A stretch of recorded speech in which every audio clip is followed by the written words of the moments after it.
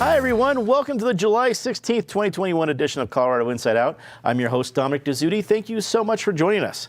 Let's get to it. The housing crisis in Denver is a prominent topic in this week's headlines.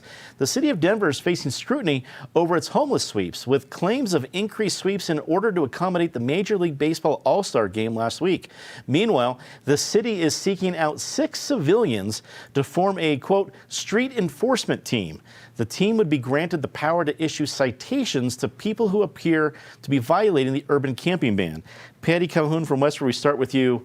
The street enforcement team, I kind of see this group of Gomer Piles, citizens arrest, and walking down the line. I don't know how this is going to work, but you're much wiser than I. What do you think? It could work, depending. It's smart in some ways that they're taking this away from the police officers, because that's what it was until last October. Murphy Robinson, the new manager of safety, set up this program where it was mostly city employees. And I think this ad has been misdefined, that really these are going to be civilian workers, like some of the 911 calls went to civilian workers, not necessarily police officers. They're not the best people to diffuse a situation, to go over into armed in an encampment when all you're doing is saying, hey, can you pick up, or maybe do you need any help? So the team so far has been doing some good work stopping encampments from starting and getting people help. So it sounds silly, maybe it'll work, but so far that team has done a pretty good job. I noticed as we drove over here today, it is very, very tidy in this part of town. It's tidy as I drive to my house in Lodo. It is very clean. There was a lot of sweeps that have gone on because of the All-Star game, and really through the pandemic we've had sweeps. But it was still a good week for Michael Hancock. One of the programs to get people into Housing First just came through with a good report that many of the people, it was successful. It was $8 million well spent.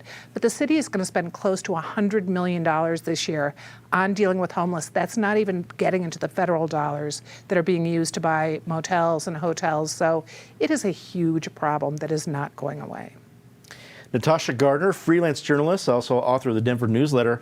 Natasha, the sweeps before a big national spectacle like the All-Star game makes sense to me. For better, for worse, that's just reality.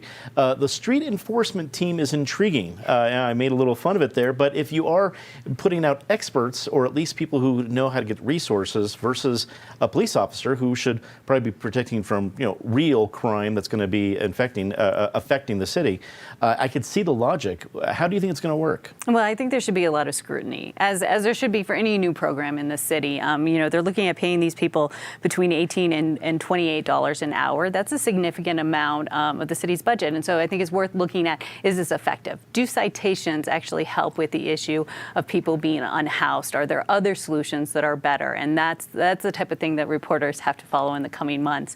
On another side angle on the story, we're hearing that there's going to be a site in Denver where people will be able to park overnight. This is a big deal because it's done elsewhere in the metro, but I think anyone who lived in Denver during the last housing crisis, who saw how many people were living out of their cars, and I was certainly reporting on that topic back then, which is really surprised by how many restrictions there are for people to have that opportunity. We're seeing that that's now going to be an opportunity here in Denver, that people will have a place that they can park overnight. This is, again, an alliance between the faith community in Denver and some creative ideas to sort of look at this topic. So that's another angle of this issue that I'm going to be following, especially as we see the eviction moratorium ending soon.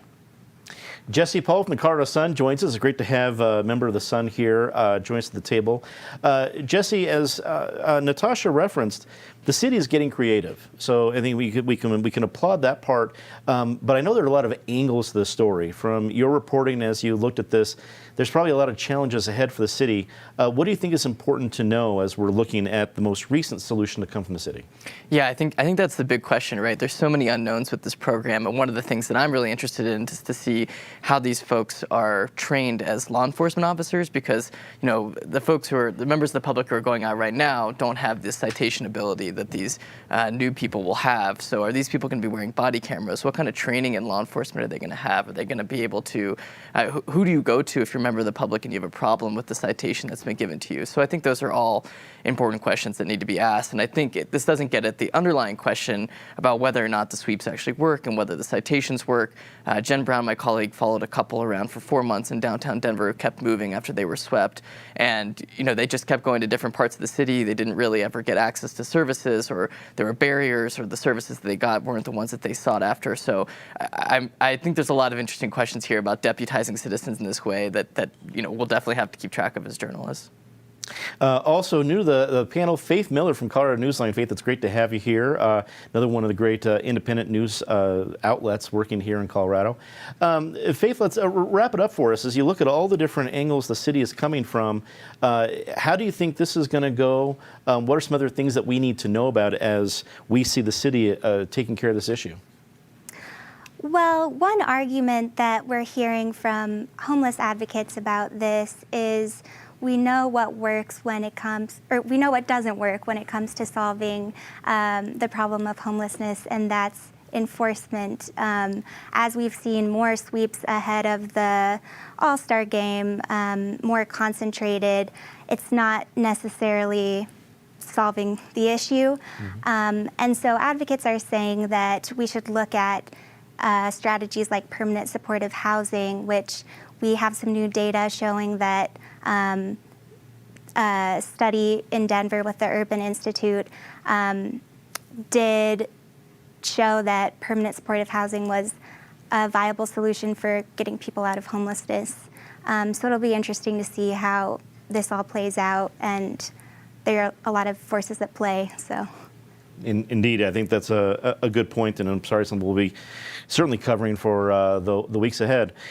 Many Colorado mountain towns are expressing concerns over an overwhelming amount of tourists during a housing and labor shortage. City council members in places like Crested Butte and Telluride are proposing shifting funds from marketing to housing. Natasha, I guess it's not terribly surprising that our friends in Crested Butte and other mountain towns around Colorado would be experiencing the same labor shortages that we're seeing here in Denver, but it's a bigger deal there because there's only a certain amount of audience, and there's people that just keep coming. It's not like a whole extra. Denver doesn't double in size over the summer, but I imagine some of these smaller towns in the mountains do. Does there need to be a larger scale solution brought to help mountain towns in this crisis? I think that's interesting because there's certainly some parallels between what various mountain towns are experiencing. What they're doing might be unique to where they're at or what their focus is, but there are some similarities, and there's some lessons to be learned from the metro area as well. For instance, you can't just build your way out of this situation. Having more housing is great, but there's a lot of other economic factors that come into play here. This is a problem where people love Colorado. We know that. We live here. We love to play here, and a lot of people are coming, and certainly as a result of the pandemic, road trips increasing. But let's also not think of this as a short-term problem. There are several factors that have created sort of a perfect storm right now, but this has been going on in the mountain towns for a very long time. You just have to look at Aspen. What was it? The early 1980s is when they started to look at housing and creating their housing authority, which has had its ups and downs as well. But this isn't something new. I mean, we have a limited amount of space. A lot of people want to go there. And to do that, you need people to be part of the service industry. How do we solve that equation? I don't know. But I think a statewide effort could give some ground, some movement on that issue. You know, it's a good point about the Roaring Fork Valley, because even before the pandemic, I mean, the joke was the billionaires moved the millionaires out of Aspen. They moved down the valley to, Basalt and El Jebel, which moved people out of Carbon. I mean, if you needed someone to work in Aspen, they were living in Rifle. So it's certainly something that's not a new problem. Jesse, as you're looking at this, I mean, you cover the legislature for Colorado Sun. Do you think there's going to be some lawmakers out there that want to find a bigger solution, because just suddenly having new housing for Telluride and some other small cities is not an easy problem to solve? What do you think is going to happen? Yeah, I think, while there are similarities between Denver and some of the mountain communities, I don't know if there's like a one-size-fits-all solution to these different places. Like, one of the biggest themes across the state really is there's just no room to build new places. There's Aspen can't get any larger, Denver can't get any bigger. So I think that's one of the main issues that we're definitely looking at. I think this will really be a local solution. The towns are going to have to figure it out for themselves. I'm curious to see if there's regulations around short-term rentals like there have been in Denver, limitations on, you have have to live in the place in order to rent it out. But if you've been up in the mountains this summer, I mean, it is crazy packed. I was in Telluride a few weeks ago, and you can't get a dinner reservation. You can barely walk down the sidewalk, and you can just see tourists are really filling up all these spaces that workers need to live and to do their jobs there. So yeah, it's a big problem. I think it's always been an issue. I think it's definitely getting worse though in some of these places. Faith, it's not as if Colorado wants to put a no vacancy sign out on the the borders of the state, but I could see some of the mountain towns crying uncle about saying, hey, we don't know how to solve this particular problem. What are some of the issues that you think will be coming up surrounding this issue? Well, there's definitely a lot of factors at play here. There's tourists, there's people who maybe make a lot of money and can afford to live anywhere but work from home. And there's not the service workers in these towns to accommodate them. So I think, as Jesse said, it's going to come down to local solutions. There's not really any statewide regulations that legislators will probably be able to pass, but it's definitely a growing problem, even in places like Cripple Creek and Victor. Not even people like teachers can't afford to live there, and there's not a lot of housing being built. So. Yeah, I think when you bring up Cripple Creek and Victor and other small towns, Patty, it's not just Telluride and Crested Butte, maybe some of the larger scale ones we think about as tourist magnets. It's all the little towns. It's not as if Victor has a huge marketing budget, but they're suffering from the same sort of problems. You've done a lot of coverage of not only mountain towns, but eastern range towns that have had to handle this different kind of growth. Are there some creative solutions out there that you're seeing that might be replicated because small towns can get a little bit more creative, they can get a little more edgy with how they solve a problem? Well, some of the small towns have done basically what we're going to see in Denver now with this one church, which is they do have parking, car camping that they allow in certain areas that they've done it. The problem isn't just a lack of housing. We have plenty of huge houses that are empty. The people who bought the second homes, the people who bought the second home sight unseen during the pandemic. So maybe what they need to do in those big, rich mountain towns is just for every 1,000 square foot of house, put a little tiny house for an employee on it and just have the county do it. They're going to have to come up with some solution. In Denver, we see the same problem, which is really expensive housing. We probably have enough housing. It's just so expensive that you don't have people in it. In the ski towns now, you don't even have the options you used to, where 6 people would share a 2-bedroom apartment, but they can't even find the apartments now. So the ski towns are going to have the toughest time. I can tell you there are certain places in Colorado where if you want cheap housing, you can still go. I would say the southeastern, northeastern plains, you probably could still find a house. You can still find deals in Lamar, La Junta, places like that. Exactly. Good point. Denver Public Schools school board director Tay Anderson announced he would be returning to his duties effective immediately. Anderson voluntarily stepped away from his duties 7 weeks ago amidst a private investigation into sexual assault allegations against him. According to the school board, the $50,000 investigation is projected to conclude in mid to late August. Jesse, we start with you on this one. Boy, there are a lot of angles to this, but Anderson did voluntarily walk away, and now he is deciding to come back, and it was noted by the DPS spokesperson that the board doesn't yet have the authority to say, to have eliminated him from it, but he's not coming back quietly. It was quite a noisy conference, and I think he's ready to go ahead, and he's not afraid to bring some drama back to the board. How's this going to work for DPS? It'll be interesting to see. I mean, I think you got to remember that Denver Public Schools is restarting after the pandemic year, right? And so they've also got to deal with this investigation that's going on. And I'm curious to see kind of how the two interplay with the important work that they have to do for kids, also with this other situation that's going on. Certainly Tay was giving interviews to folks and to some television outlets. So it was interesting to see him kind of speak out more about this. He's been pretty mum. He's got a lot of allies at the State House, and personally, I've been interested to see how they've responded to this.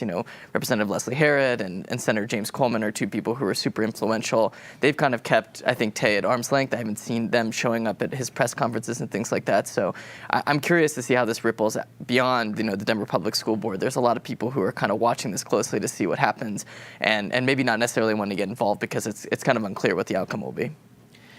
Faith, you certainly see Anderson being comfortable being a lightning rod, and this affecting much more than DPS. There's Democratic politics involved. There's a variety of issues here. What are the things we need to pay attention to as we're looking ahead? I think we'll have to wait and see what the report says. There's not a lot to say before that, but Anderson is kind of or maybe until recently, was kind of a rising Democratic star.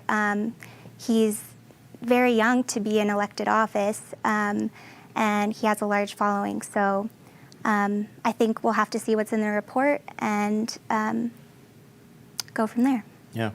Patty, as Faith mentioned, the report is coming, but it's not probably going to be here until mid-August, which happens to be when students go back to school, which happens to be around the week or so of the DPS board retreat. That won't be awkward. No, and we have a new superintendent coming in. He's going to have a very fun job. I am wondering why this investigation is taking so long. We know that no one was really coming forward in public to speak, but you would hope they would be speaking in private. I know that they, for example, asked us, and maybe this happened to other people at this table, to reveal our sources on stories, which if you're doing an investigation of sexual assault, I can tell you we weren't sexually assaulting anyone in our office that I know of. So I don't know why they are trying to get information from journalists, which journalists are not going to give up anyway.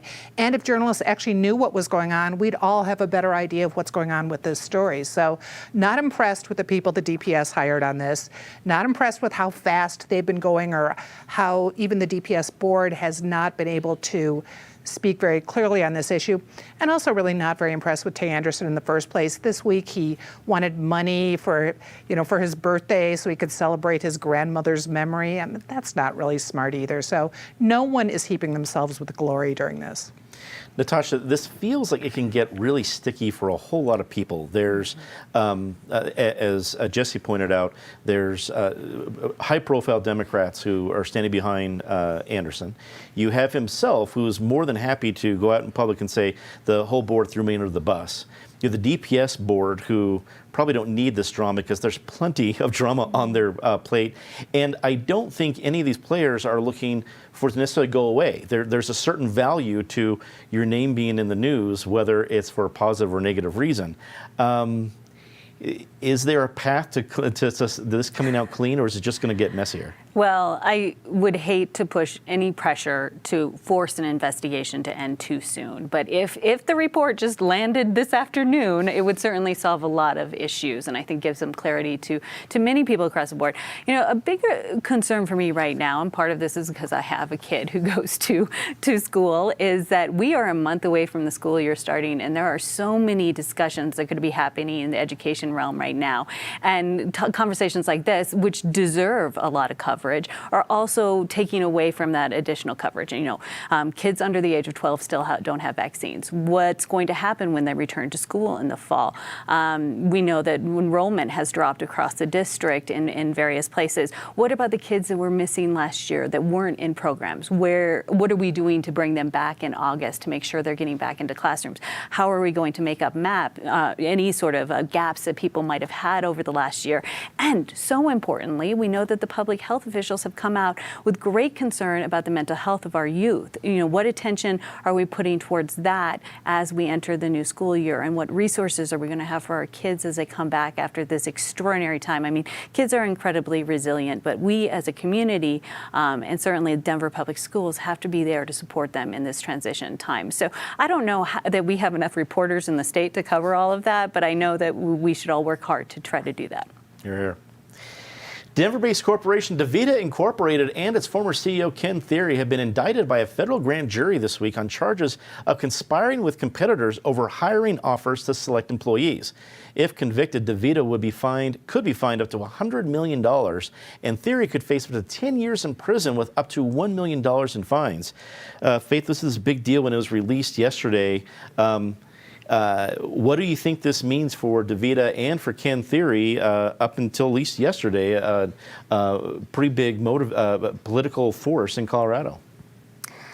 Yeah, I mean, there's a lot of different angles to this story, I think. Thiry has been an important figure in Colorado politics for a while. He was one of the main backers of amendments Y and Z a couple years ago to create independent redistricting commissions and change the way we draw legislative and congressional districts in Colorado. And he's also been floated as a potential candidate for governor.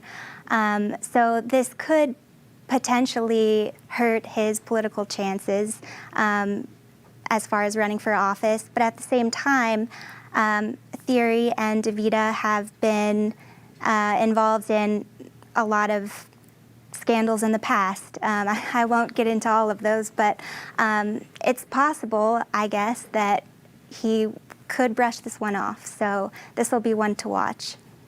Federal grand jury indictments, those are going around every day. How does Thiry and DaVita respond? Well, and federal grand jury indictment for being not letting people poach. I guess that's why we haven't moved on to Washington Week in Review. There's some secret cabal that they're not poaching any of the speakers on the show. I've been working with WIDA for a long time to make sure they can't have Patty Calhoun. It's a big deal. Yeah, I've noticed that. It's interesting because he is such a colorful character. I mean, if anyone who's followed what went on at DaVita, or the Village, as they call it, he would get dressed up in Three Musketeers outfits. He would kind of fly around the room. They built this very nice headquarters downtown. But DaVita's been in trouble before on things other than poaching. We've had issues on lawsuits. John Oliver did an amazing takeout, a 24-minute takeout on Thiry and DaVita 3 years ago, just on bad behavior corporately, that I highly recommend. It's fun to watch. So I think of all the troubles they have, this might be the least of their troubles. Poaching seems pretty small potatoes compared to real issues with dialysis and services for the ill. That's a good point. Natasha, Patty, there's a lot worse things than antitrust laws. So is this the end of Ken Thiry being a difference in Colorado politics? Well, I know this is a point in the show where David would give a master class on the Sherman Act. I'm unfortunately not going to be able to do that. I'm not an attorney, and I do not play one on TV. So that being said, this is an interesting thing because there's always names that are listed in an indictment, but they always spread so far beyond that. So imagine if you were an executive or somebody who had worked at these companies during that time period and were watching this news roll out yesterday. They probably had a lot to grapple with last night and probably thinking about how it might impact them personally. So I'll be interested to see some of the reporting related to that, not just the sort of headline news, big names, but also the people who were potentially directly impacted by this. Well, speaking of the story, Jesse, you wrote about it. Tell us what we need to know. Yeah, it was definitely kind of a shocker. I was out walking the dog and immediately rushed home because, major political figures in Denver don't get indicted by a federal grand jury every day. I think that this could be a small peanuts deal for DaVita. I think it's a $100 million fine for them for each count. That's not too much for a company like DaVita, but 10 years in prison for Ken Thiry, is a significant amount of time. Talking to kind of his allies yesterday, they were really trying to play down these charges and essentially say that they were kind of dubious to begin with. This isn't even something that the federal prosecutors have tried before. But in my experience with DOJ investigations, these things take years, and a grand jury indictment doesn't happen overnight. There was a connection to a case that was charged in January. And on top of that, we know that there is at least one other company that's involved in this that was unnamed in the indictment that, probably will face charges at some point. So I don't think the thread has fully been pulled on this one, as a lot of the stories we talked about today. And it'll be interesting to see how Ken Thiry, deals with this. Certainly he's been mentioned as a political figure, and all of his money will go around. He'll still have that money to spend. He might not have as great chances of running for mayor of Denver, governor, U.S. Senate, whatever he's interested in. Should be fun to watch. Time for our very favorite part of the show, Disgrace of the Week. As always, Ms. Cahoon, please start us off. I have to say the hysteria over the Las Vegas-style shooting that was rumored when, as far as I can tell from all the reports that have come down, we basically had some crooks doing a drug deal who were stupid enough to book a hotel room at the Maven where Major League Baseball was about to hold the All-Star game. But the national headlines we made about the fact that we might have a domestic terrorism issue were definitely overblown. Natasha. One of the things I missed during the pandemic were those little moments you share with people at the store, smiles, how are you? Those sort of things that I really appreciate now that we're able to get out a little more. What I don't understand, though, is why people are being so rude to the people who are trying to help you have a good time. So I just hate seeing those headlines, and I wish people just be nice to each other. Hear, hear. Jesse. The U.S. Bureau of Reclamation announced that they're going to have to start draining some reservoirs in western Colorado in order to keep Lake Powell high enough to produce hydroelectricity. And, we have not heard the end of the story of the drought in Southwest. So real disgrace about what's going on in western Colorado right now. You're here, and it's mid-July. It's not even to the heat of August. Faith. Another one from western Colorado. Mesa County is having a hard time with the Delta COVID variant. Pretty scary. Over 600 cases involving that variant of coronavirus, and they have a vaccination rate of 42% for people 12 and older. So hopefully we'll see that get better, more people get vaccinated. You're here. Time to say something nice about somebody rather quickly. Patty. Seeing people downtown again, whether you went to the All-Star game or just experienced downtown, there are a lot of great activities. History Colorado has a wonderful concert series on Thursday outside, too. Thanks. Natasha. I am going to be repetitive here, but I am so excited about the Olympics.